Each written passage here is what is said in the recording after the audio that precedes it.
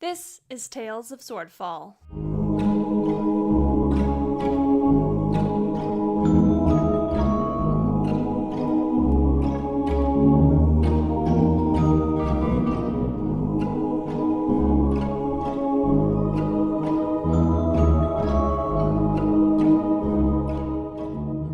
Episode 1, From Sewers to Treasure.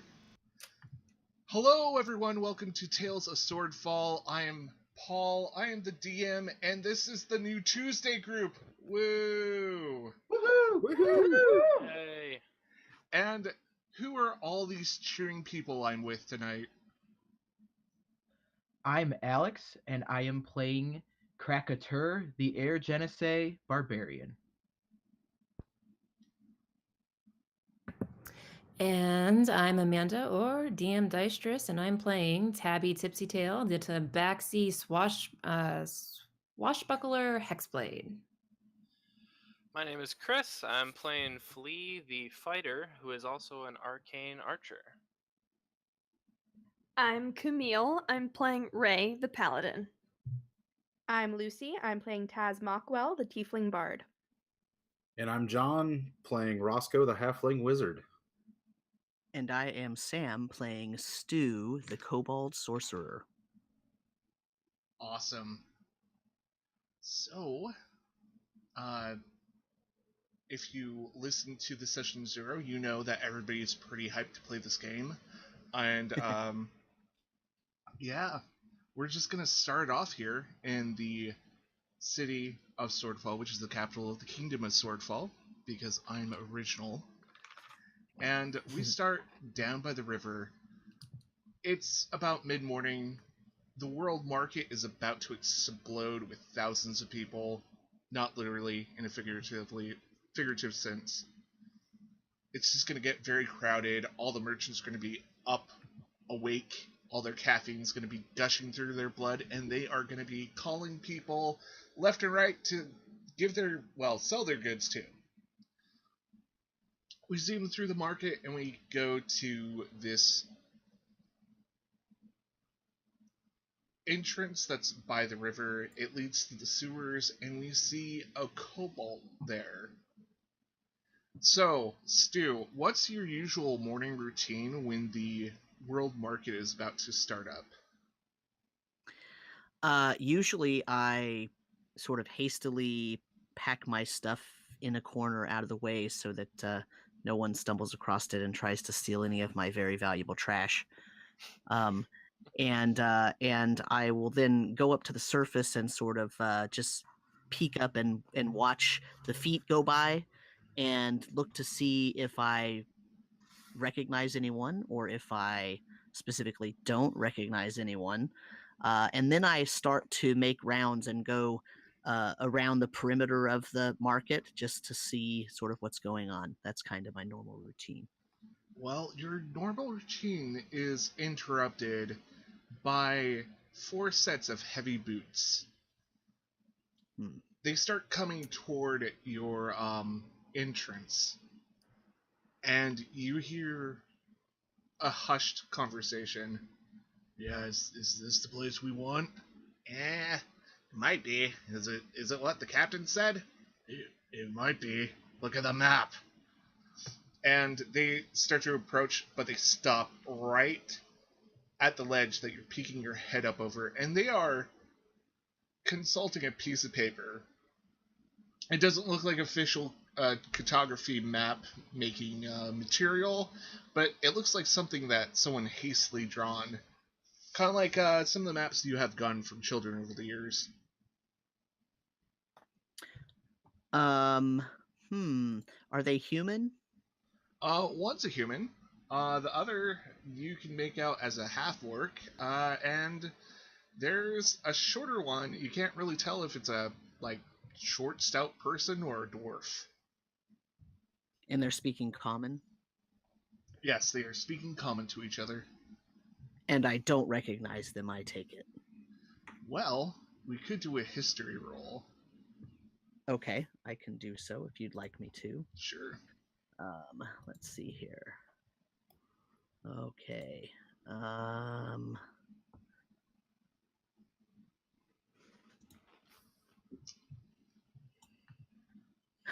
You kind of, with that low history roll, you don't really recognize them, but you have seen a group like this near the docks every once in a while. But it could be a whole different group of people. Now, when something like this happens, are they usually disruptive to my home?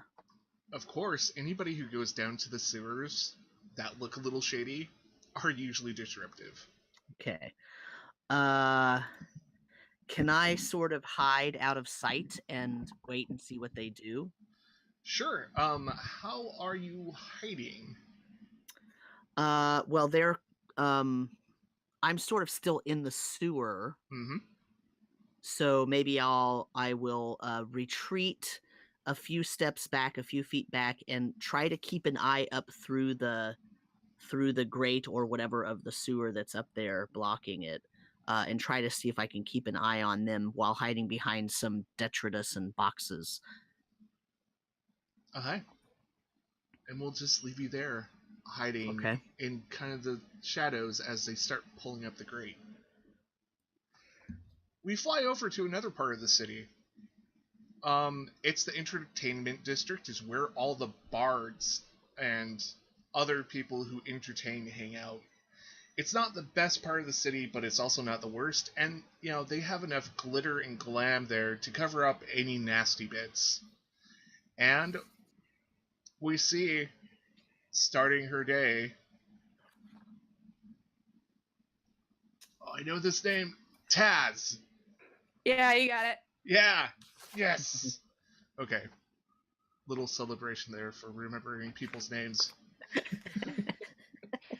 So, Taz, it is like mid-morning. What's your usual morning routine? Mid-morning, I probably got up, got ready, and found a place with a lot of people who look like they could be in a good mood, and set up shop, set out a little coin cup, and started telling a story. And which story is that? I'd say it's an old legend that I picked up while traveling. It's an elven legend about a princess whose family is overthrown, and she disguises herself to get her revenge. Okay, well, as you're going out, on your doorstep or stoop, whatever you have coming out of your apartment, you find a note. And you have that note in your player's... Could this be the mysterious note? Yes, it could be that mysterious note.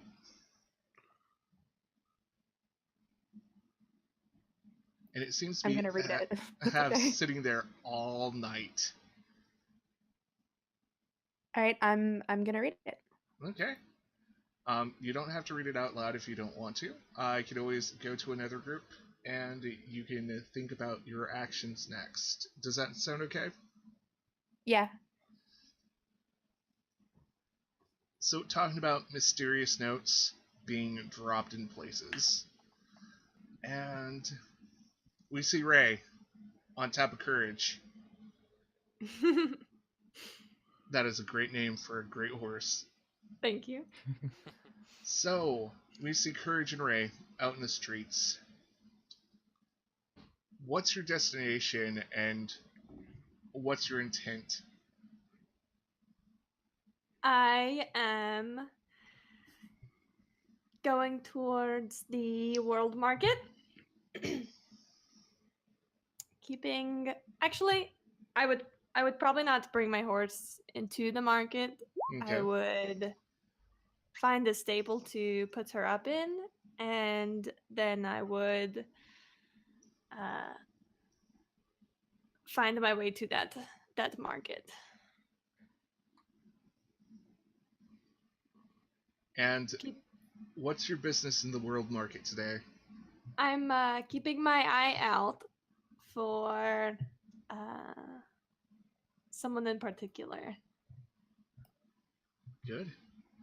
And as you are crossing one of the bridges leading to the World Market, there's a little area that's set up by one of the bridge inns. It's a puppet show, and you hear the bards that are performing and doing the marionettes. Do I hear that story of the Elven Princess? Probably not yet. Okay, just curious. Yep, this is a different troupe of bards, and they have marionettes. They're doing a very dramatic play, and one shouts in a very feminine voice, as feminine as this bard can do. "Oh no, I happen to be trapped in a slave collar. What shall I do?" The very obvious bad guy puppet goes, "Well, if you move 10 feet away from me, your head will come off." And all the children gasp in almost horror at the thought of the heroine of this play having her head pop off. When was the last time you've heard children so concerned about someone?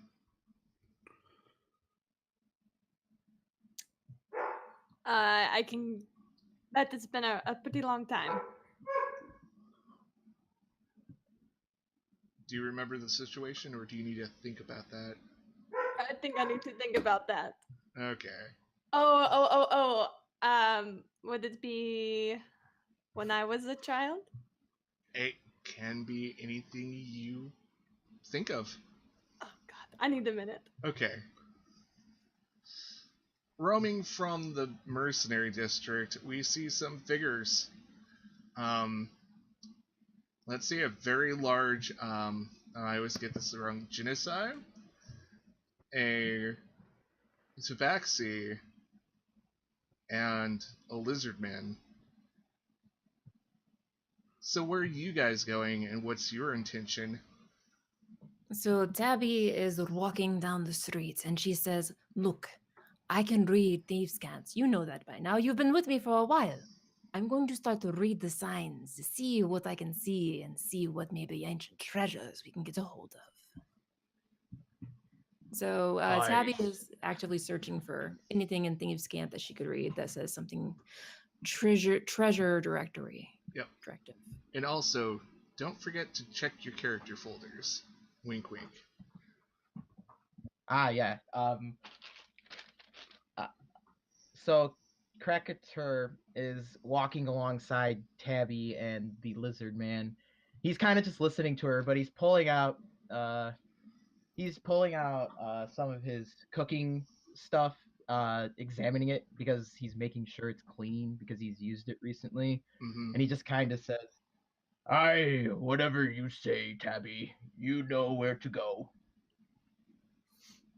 So I think Flea will be kind of draped over Krakatur's back, as is his normal state of being. Uh-huh. And I think that he's probably gonna try to get his morning bath in somewhere. So he's either gonna go down to the sea or find like a bathhouse. And there is the river and the world fountain. No, it's not called the world fountain. It's the Lady of Swordfall fountain in middle of the world market. There are several places that you can take baths at. Okay. He's gonna look to his comrades then, and say, "I will be down in the river taking a bath if you'd like to join me." A bath. I should come with as well. I need to wash my pots and pans.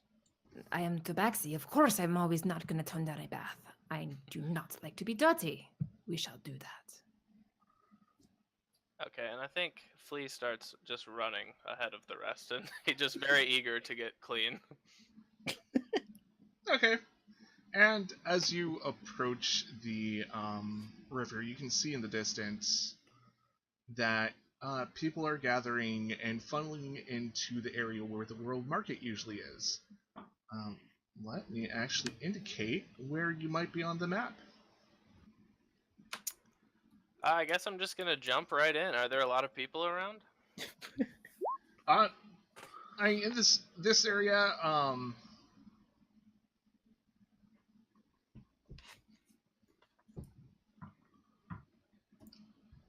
in this area, you're kind of getting out of the poor district, but there's still like a lot of poor people around, and you're kind of getting into the merchant district. And there are people like doing laundry, kind of treating the river like their own personal like bathhouse, but they're no one's stripping down stark naked. Well, none of the humans are, and none of the. Did you say? Hmm? Did you say there was another bathhouse, one that's perhaps a little bit more upscale? Yeah, there would be some in the entertainment district. Flea, do you not know that there is some that are in other areas that are a little bit more upscale and cleanly than this bio that is in the water here? Well, at first it sounded like a good idea, but getting here, it kind of looks gross. Yes, you can see the smoot floating on the waters. We should move on. Perhaps I can read some of the signs and get us a good deal. Much better idea. And he just starts following her. Yeah. So you guys start going to the entertainment district. You guys pass, the two bridges that are leading to the world market that separates the two sides of the city. We'll leave you right there. Let's go back to Stu for a few minutes. Yes. So they're opening the drain pipe, or not the drain pipe. That would be too small. They're opening up the grate that you usually exit from, and they're very careful not to attract attention and stuff. And you're kind of out of the way anyway, so it's not too hard. And the half orc, lifts it up. He makes it look so easy. And he sets it aside, and he's like, come on, let's go. Let's locate the door. Then we can lead people back to it. Are you sure this is the right way? Yes, we have a map. And they start to climb down into the sewers. Okay, so did I see which one actually has the map, and are they still like holding it in their hand? Yeah, they are holding it in their hand. Okay, when that one gets down to the bottom of the whatever stairs or ladder or whatever, however they're getting down into the sewer, the person holding the map, what I want to do is I want to cast darkness centered on them. All right, and they are huddled, so bring up the spell. Let's see what it does. Okay.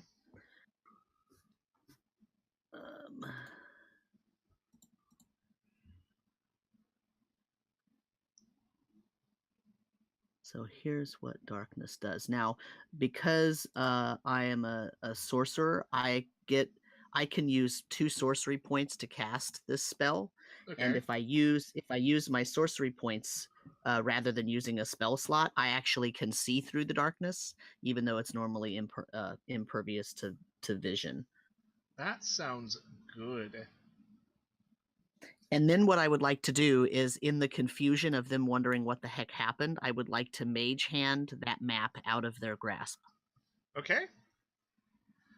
They start bumbling around. The half-orc starts going, hey, why is it so much darker in here? And, yeah, let's see. You're trying to use mage hand to get to a thing. Give me a sleight of hand, just for... Sure.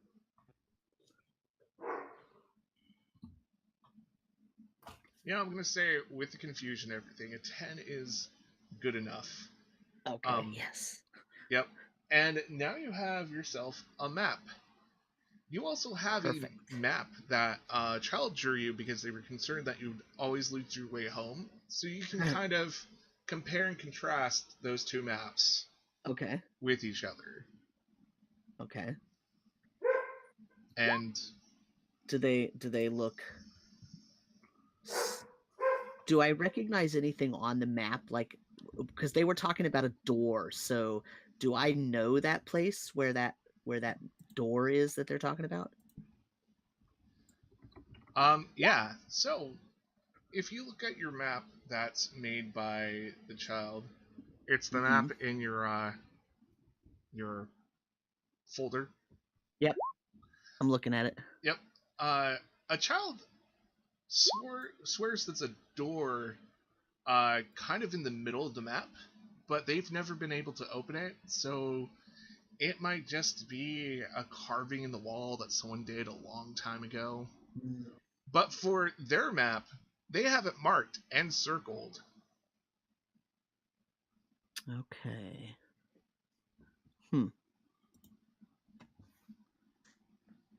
Interesting.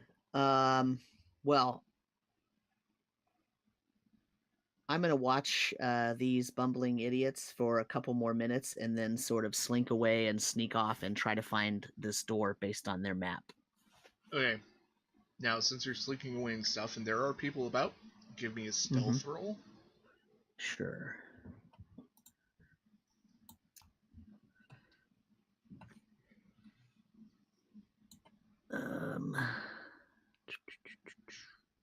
There we go. Oh, that is good. Yeah. And we'll find out the consequences of this a little bit later. Stay tuned for the next part of this episode.